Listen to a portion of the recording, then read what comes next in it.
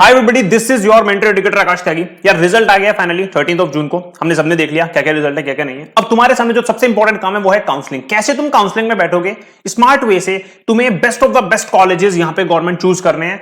अब सवाल यह आता है कि सर काउंसलिंग होगी कब? ठीक है, एक प्रोसीजर है, मुझे काउंसलिंग में करना पड़ेगा। आज हम उसी को डिस्कस करने वाले हैं। क्या प्रोसीजर से तुम्हें गो थ्रू करना पड़ेगा, ठीक है ना? क्या तुम्हें फी पेमेंट करनी पड़ेगी, क्या रिफंडेबल होगा, क्या नहीं होगा, और सबसे इंपॉर्टेंट कि काउंसलिंग होगी कब। ठीक है, चलिए तो बिल्कुल डिटेल में बात करूंगा। कंप्लीट डिटेल वीडियो है जहां पे मैं तुम्हें समझाने वाला हूं काउंसलिंग के बारे में, बिल्कुल विस्तार में, फ्रॉम जीरो टू एकदम इंफिनिटी। चलिए तो शुरू करते हैं अपनी वीडियो को। बच्चों सबसे पहले कंपैरिजन कर लेते हैं पिछले साल से। अगर मैं 2022 की बात करूं तो बच्चों 2022 में अगर तुम ध्यान से देखो तो 2022 में तुम्हारा रिजल्ट आया था 7 सितंबर को, जब प्रेस रिलीज की थी एनटीए ने, जिसके करीब एक महीने बाद अगर आप देखो जो ऑफिशियल काउंसलिंग की जो है डेट थी वो थी 10 अक्टूबर। ठीक है, 10 अक्टूबर को बच्चों ऑफिशियली हमारी काउंसलिंग स्टार्ट हो गई थी। इट इज अप टू, मैं बोलूंगा एक महीने जस्ट बाद तुम्हारी काउंसलिंग स्टार्ट हो गई थी। ठीक है ना? अब इसी बेसिस पे अगर मैं बात करूं 2023 में, तो हमारा रिजल्ट जो एनटीए प्रेस रिलीज थी जो कल आई थी, है ना, 13 जून को हमारा रिजल्ट आया। तो मैं अप्रॉक्सीमेटली कह सकता हूं कि हमारी जो काउंसलिंग है इट शुड स्टार्ट फ्रॉम 15 जुलाई। सो अभी के लिए जो टेंटेटिव डेट मैं बोलूंगा वो बोलूंगा कि यार जुलाई के सेकंड वीक में तुम्हारी काउंसलिंग स्टार्ट हो जानी है। अब सभी बिल्कुल कॉमन नहीं है ना, इसमें आपकी कुछ डेट ऊपर नीचे जा सकती है, अदरवाइज आपकी यहीं से काउंसलिंग जो है स्टार्ट होने वाली है। अब बात करते हैं सर काउंसलिंग में होगा क्या क्या। देखो एक ओवरव्यू ले लेते हैं, है ना, काउंसलिंग 2023 नीट काउंसलिंग। सबसे पहले काउंसलिंग कंडक्टिंग बॉडीज कौन सी ये देख लो भाई। एक तो है ऑल इंडिया कोटा, ठीक है, held by directorate general of health services DGSS in place of national medical council. ठीक है, एनएमसी ही इसको कराती है। और दूसरा होता है स्टेट कोटा। तुम्हें सबको पता होगा काउंसलिंग में जो भी तुम्हारे राउंड है वो स्टार्टिंग में दो पार्ट में डिवाइड होते हैं, एक होता है एआईक्यू, एक होता है स्टेट कोटा। ठीक है ना? ऑल इंडिया कोटा एनएमसी कराती है और स्टेट कोटा स्टेट की अथॉरिटीज ही कराती है। उसके लिए दूसरी साइड पे तुम्हें जाना पड़ता है, एमसीसी पे ऐसा कुछ भी नहीं होता है। चलिए काउंसलिंग वेबसाइट अगेन मैं बोल रहा हूं कि एआईक्यू करने के लिए, एआईक्यू के लिए, ऑल इंडिया कोटा के लिए तुम्हें जाना पड़ेगा mcc.nic.in पे, और ओवरऑल स्टेट कोटा के लिए तुम्हें respective website of state authorities पे जाना पड़ेगा जिस भी स्टेट से तुम हो। अच्छा, अब अगर हम बात करें सीट इनटेक की, तो मैं बहुत बार बता चुका हूं कि एआईक्यू से 15% of the total government seats तुम्हें मिलती है हर स्टेट से, और 100% सेंट्रल एंड डीन यूनिवर्सिटी में तुम्हें जैसे एएफएमसी, ईएसआईसी, एम्स, जिपमर, इनकी सारी की सारी 100% ऑफ द सीट जो है तुम्हें सेंट्रल कोटा से ही मिलती हैं। चलिए बात करते हैं स्टेट कोटा की। स्टेट कोटा से तुम्हें 85% of the total government seat मिलती हैं। ठीक है, 100% overall private seat of the state भी तुम्हें स्टेट कोटा से ही मिलती हैं। चलिए आगे बढ़ते हैं।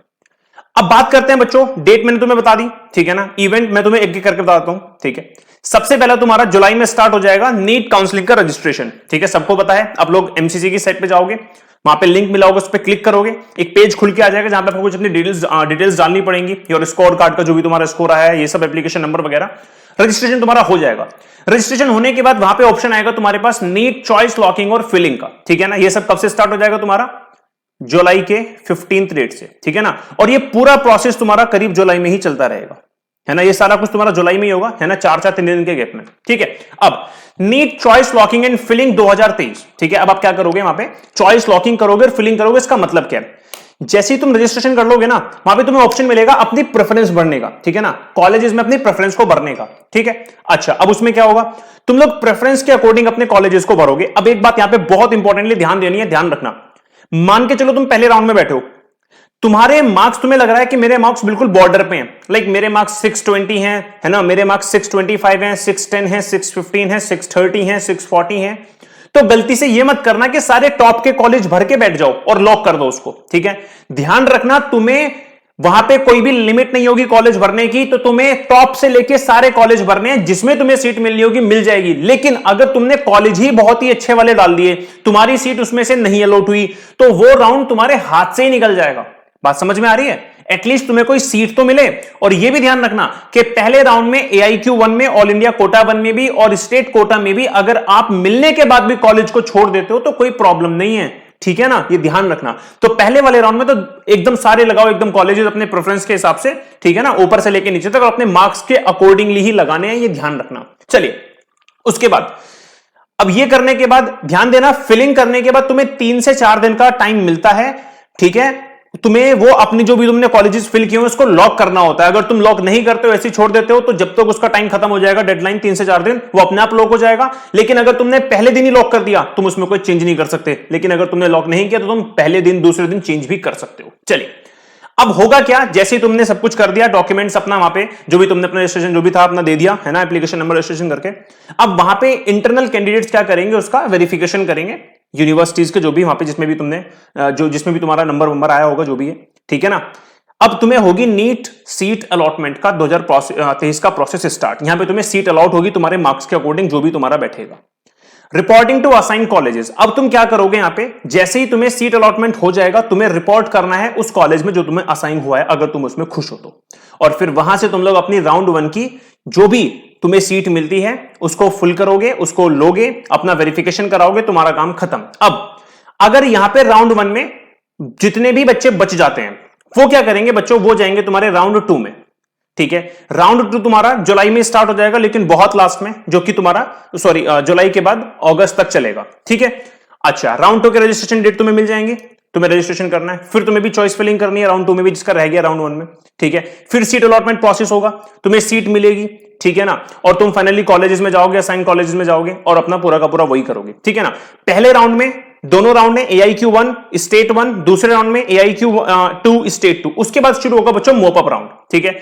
एक्चुअली में ये राउंड 5th माना जाएगा क्योंकि वो 2 पार्ट में डिवाइड है, ठीक है। मोपअप राउंड के तुम्हें रजिस्ट्रेशन डेट मिलेंगे, इसमें अब ऐसा कुछ भी नहीं है ना, स्टेट और ऑल इंडिया कोटा ऐसा कुछ भी नहीं है, अब सारे के सारे यहीं पे आएंगे, है ना। रजिस्ट्रेशन वहां पे करना है तुम्हें, फिर चॉइस फिलिंग करनी है तुम्हें, उसके बाद वेरिफिकेशन अगेन होगा, सेम प्रोसेस चलेगा, ठीक है।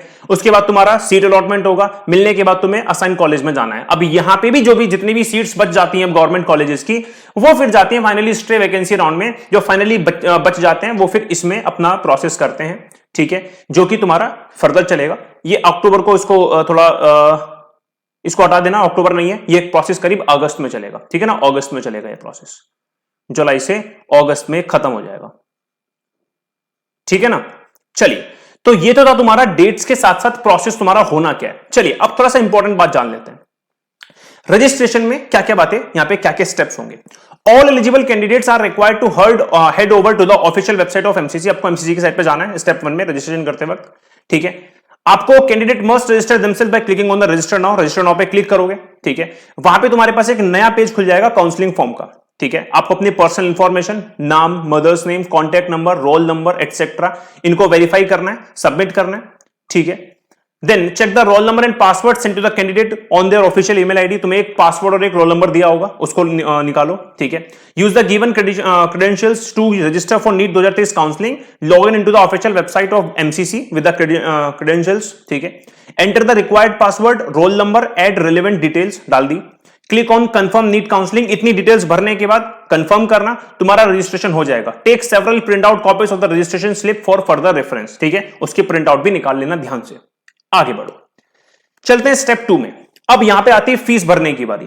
Aspirants will be prompted to pay the NEET 2023 counselling fee after official registration is done. जैसे रजिस्ट्रेशन हो जाएगा तुम्हें वहां पे फीस भरने का ऑप्शन मिलेगा। इसकी भी स्लिप बहुत जरूरी होती है जब तुम कॉलेज में जाओगे डॉक्यूमेंट वेरिफिकेशन के लिए, तो रिसिप्ट सबकी अपने पास रखनी है, ठीक है।